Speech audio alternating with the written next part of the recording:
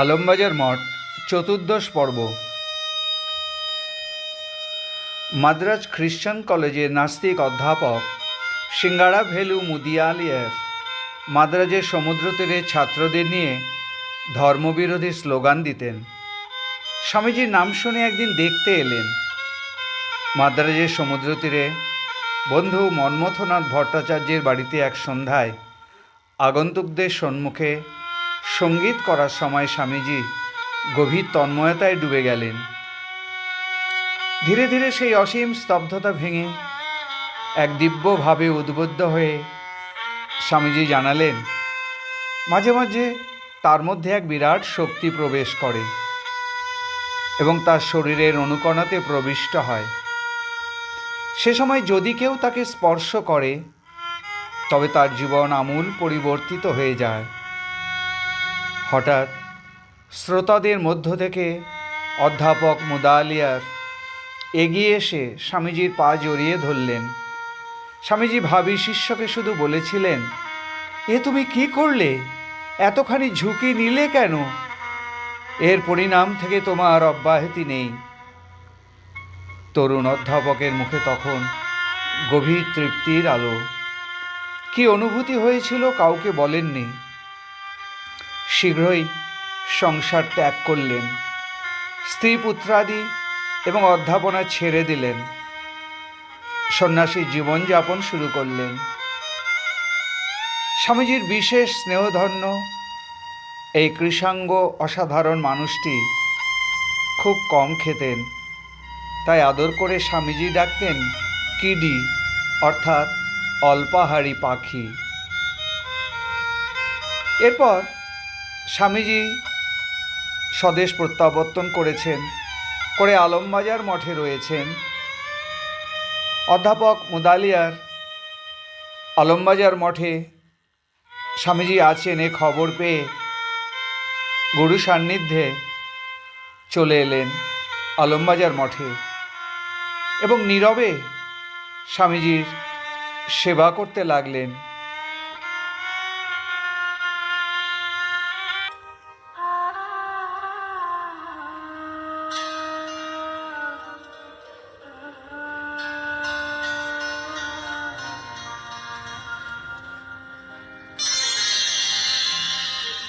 নাথ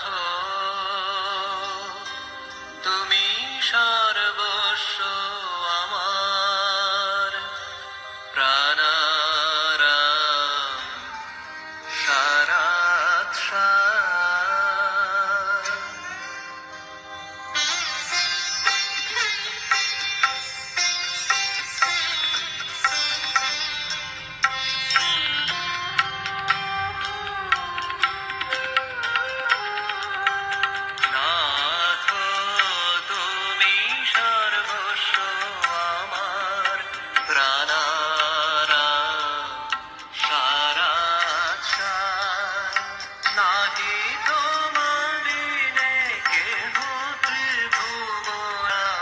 স্বামীজির পত্রিকা প্রবুদ্ধ ভারত ও ব্রহ্মবাদিনীর প্রকাশনে তিনি সহায়তা করতেন। স্বামীজির বিদেশে থাকাকালীন সময়ে মাদ্রাজে এই দুটি পত্রিকার মাধ্যমে বেদান্ত প্রচারের জন্য খুব পরিশ্রম করে অল্প বয়সে শরীর ত্যাগ করেছিলেন। কী শক্তিতে এই বৈপ্লবিক পরিবর্তন এলো? স্বামীজি বলেছিলেন, এ হলো গ্রেস অব দ্য স্পিরিট, এক বিশেষ ঐশ্বরিক শক্তি যা ঈশ্বর পুরুষরাই অন্য দেহের মধ্যে সঞ্চারিত করতে পারে এবং যার ফলে মানুষের অন্তর্জীবনে এক দেব পুরুষের জন্ম হয়।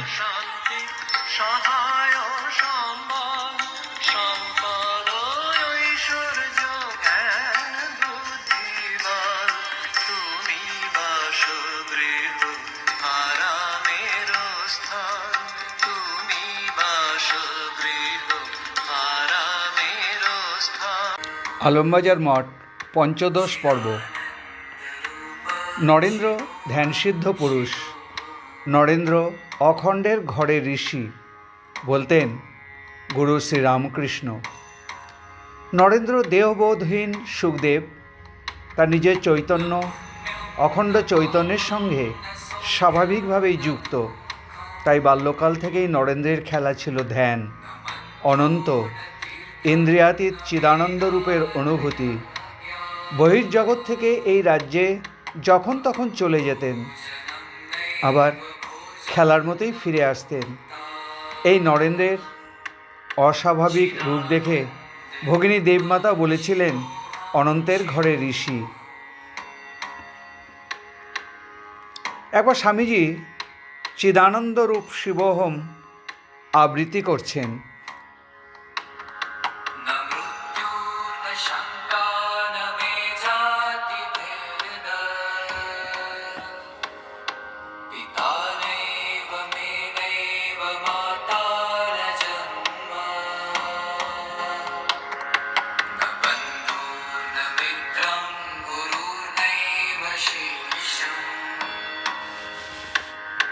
चिदानन्दरूप शिवोऽहं शिवोऽहम्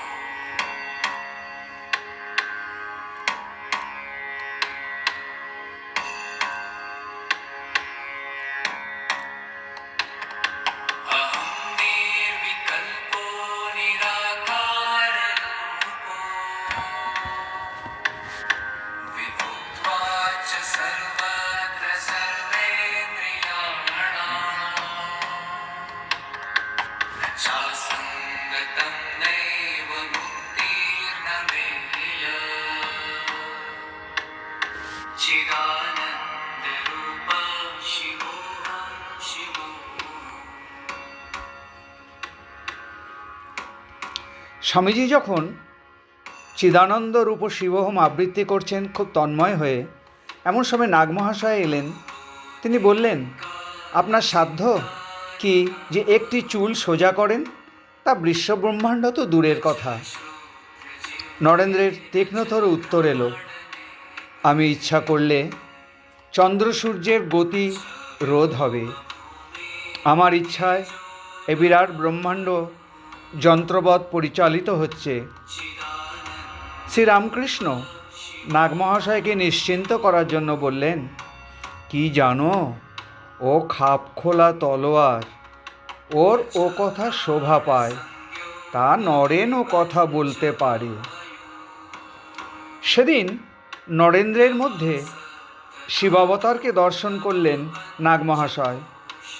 উত্তরকালে নাগমহাশয় বলতেন, সাক্ষাৎ মুক্তিদাতা শ্রী রামকৃষ্ণদেবকেই দর্শন করেছি, আর তার সর্বপ্রধান পার্ষদ শিবাবতার স্বামীজিকেও দর্শন করেছি। বেশ কিছুদিন পর শরৎ চক্রবর্তী যখন এই গৃহী মহাপুরুষ ভক্তের কাছে দীক্ষা চাইলেন, তিনি বললেন, তোমাকে দীক্ষা দেবেন স্বয়ং শিব।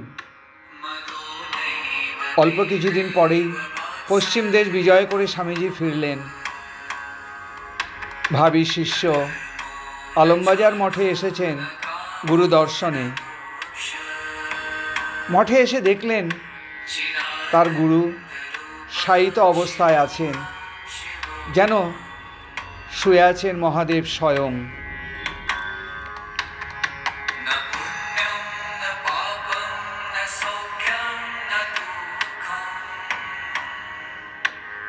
আলমবাজার মঠ সপ্তদশ পর্ব।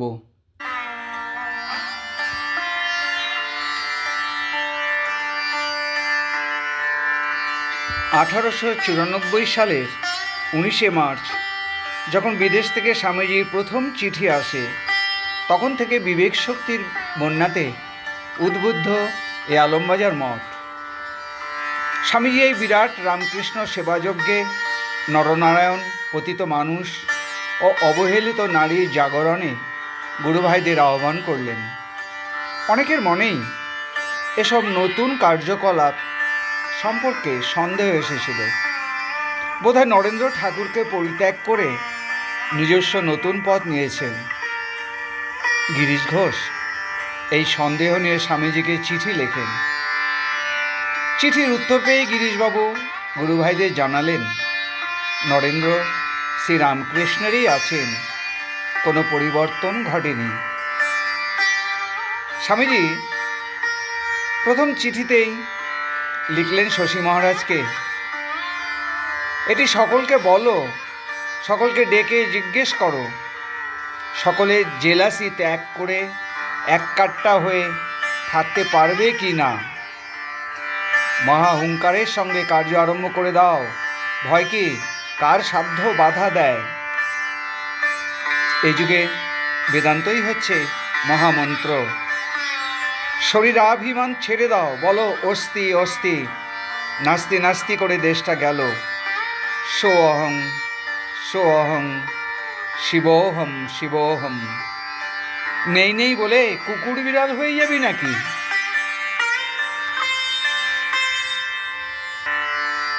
স্বামীজি আলমবাজার মঠে শশী মহারাজকে 1895 সালের এক চিঠিতে লিখলেন, চেলারা গুরুর নাম করে, গুরু যা শেখাতে এসেছিলেন তাকে জলাঞ্জলি দেয়, আর দলাদলি ইত্যাদি তার ফল।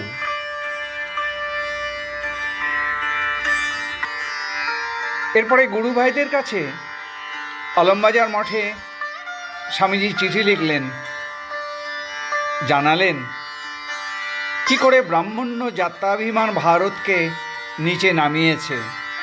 লিখলেন, ধর্ম কি আর ভারতে আছে দাদা?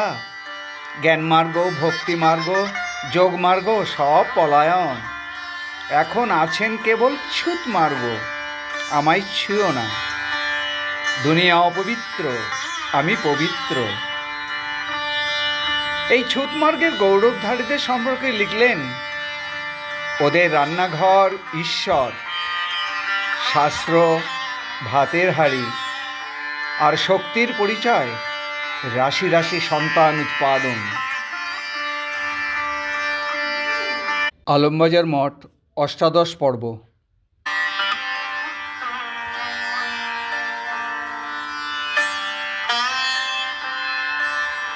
আলমবাজার মঠে স্বামীজি শিষ্যদের প্রথম সন্ন্যাসের পর 3 বছর পর শিষ্য সদাশিবানন্দকে সন্ন্যাস দীক্ষা দিতে গিয়ে গভীর সমাধিতে ডুবে গিয়েছিলেন। নিবাত নিষ্কম্প প্রদীপের মতো শরীর থেকে ব্রহ্মানন্দ বিচ্ছুরিত হচ্ছিল। শেষে বললেন, এখন থেকে শ্রীরামকৃষ্ণকে চিন্তা করো এবং আমাকে তার মধ্যেই দর্শন করো। শেষে শ্রীরামকৃষ্ণ ও গণেশের মধ্যে অভেদ দর্শন করো। গণেশ হচ্ছে সন্ন্যাসের আদর্শ। नमस्ते गणपतये त्वमेव प्रत्यक्षं तत्त्वमसि त्वमेव केवलं कर्तासि त्वमेव केवलं धर्तासि त्वमेव केवलं हर्तासि त्वमेव सर्वं खल्विदं ब्रह्मासि त्वं साक्षादात्मासि नित्यं धृतं वच्मि सत्यं वच्मि अवत्वं मा अवभक्तारम् अवश्रोतारम् अवदातारम् अवधातारम् अवानुचानम् अवशिष्यम् अवपश्चातात् अवं पुरस्तात् अवोत्तरात्तात् अवदक्षिणात्तात् अवचोर्ध्वात्तात् अवोदरात्तात् सर्वदा। স্বামীজি আরও বললেন, সন্ন্যাসী গুরু জগতের ভোগবিলাস ও অহংকারের তমগুণ ছাড়িয়ে পরহিত কার্য, রজগণের ও জ্ঞান ধ্যানের সত্যগুণের প্রকাশ সন্ন্যাসীর জীবনে। তাই তারাই সংসারীদের পথপ্রদর্শক। ভাষ্যপাঠ, যন্ত্রানুষঙ্গ ও পরিকল্পনা দিশা।